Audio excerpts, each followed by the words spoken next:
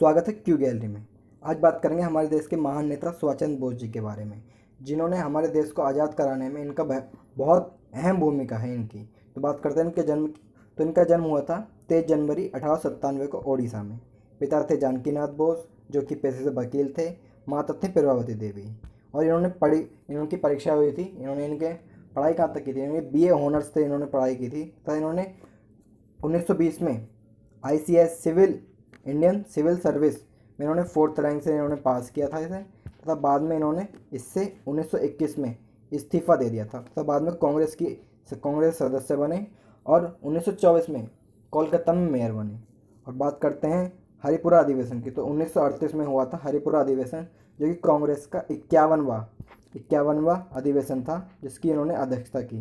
तथा बाद में कांग्रेस के अध्यक्ष बने तथा 1938 में ही बाद में 1938 में कांग्रेस अध्यक्ष के पद के लिए दो व्यक्ति खड़े हुए, सुभाष चंद्र बोस और पिट्टाभी सीतारमैया, जिनके साथ महात्मा गांधी थे।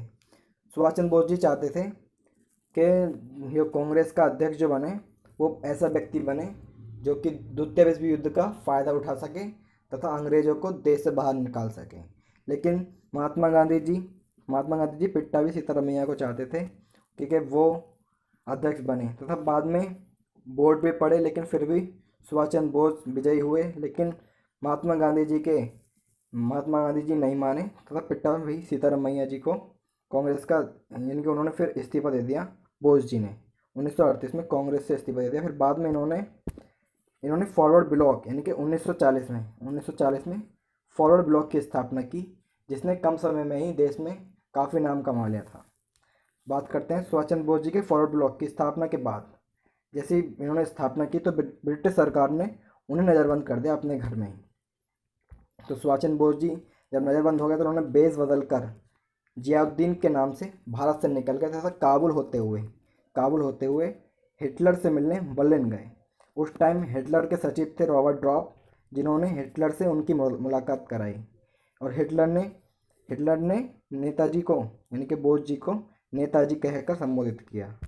तो और नेताजी ने यानी कि सुभाष चंद्र बोस जी ने हिटलर को फ्यूरर कहकर संबोधित किया।